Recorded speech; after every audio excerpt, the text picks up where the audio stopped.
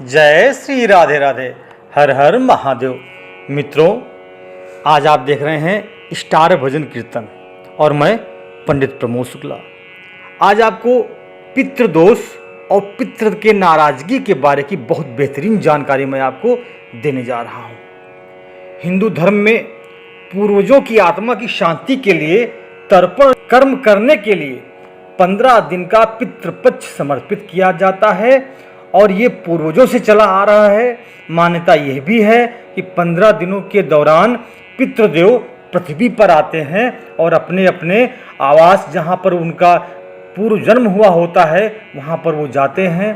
कुछ पितृ अपने मित्रों के साथ में आपके घर आते हैं और जब देखते हैं कि हमें कोई मान सम्मान नहीं दे रहा है, हमारा कोई आदर नहीं कर रहा है, तो उनके मित्रों के साथ में वो अपनी बेइज्जती महसूस करते हैं और आपके परिवार के ऊपर वो नाराज हो जाते हैं। ऐसे पितृदेव जब नाराज होते हैं तो आपके घर में कभी सुख और चैन नहीं हो सकता। तो आज मैं आपको बताऊंगा कि क्या क्या कारण हैं जो पितृ नाराज होते हैं और क्या उपाय हैं जिससे हम पितरों को खुश कर सकते हैं। पितृदोष क्यों लगता है?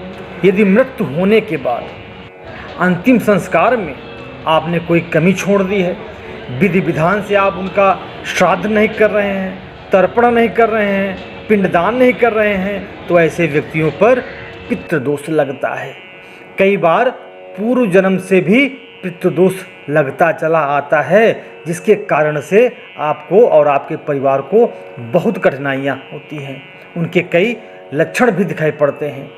पितृदोष के कारण व्यक्ति को मेहनत करने के बाद भी फल नहीं मिलता।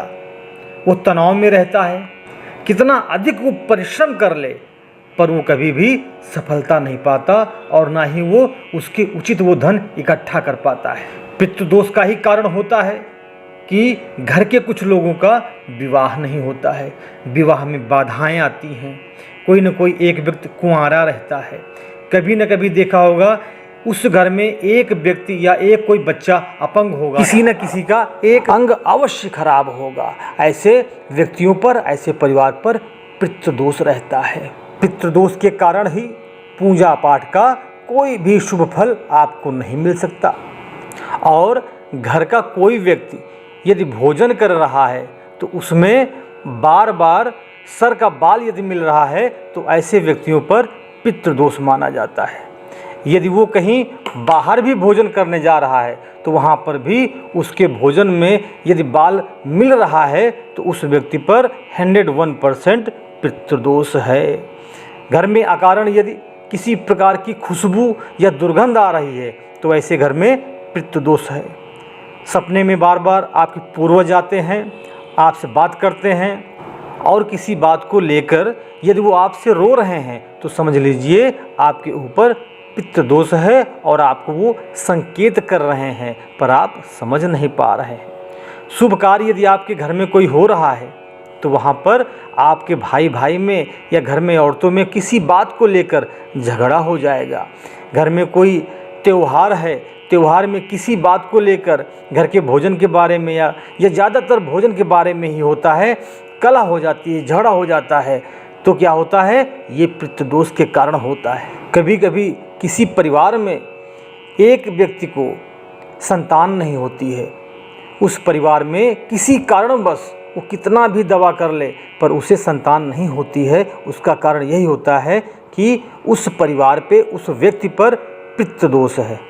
तो मित्रों, अब जानते हैं कि क्या उपाय करने से आपको फायदा हो सकता है। सर्वप्रथम आप पिंडदान करें, गौदान करें और पितरों की शांति के लिए आप अनुष्ठान करें। अपने भांजी भांजाओं को अपने घर बुलाएं, उनका आदर मान सम्मान करें, उनको भोजन कराएं और उचित श्रद्धा अनुसार उनको दक्षिणा भेंट करें। और पितृपक्ष में जितना भी आप कौवे को भोजन करा सकें बहुत ही शुभ होता है। इससे पितृदेव खुश होते हैं, उनकी नाराज़गी दूर हो जाती है और भगवान भोलेनाथ का ध्यान आप हमेशा करते रहें। ओम तत्पुरुषाय विद्महे महादेवाय च धीमहि तन्नो रुद्रः प्रचोदयात्। मंत्र की एक माला प्रतिदिन करें, आपको लाभ होगा।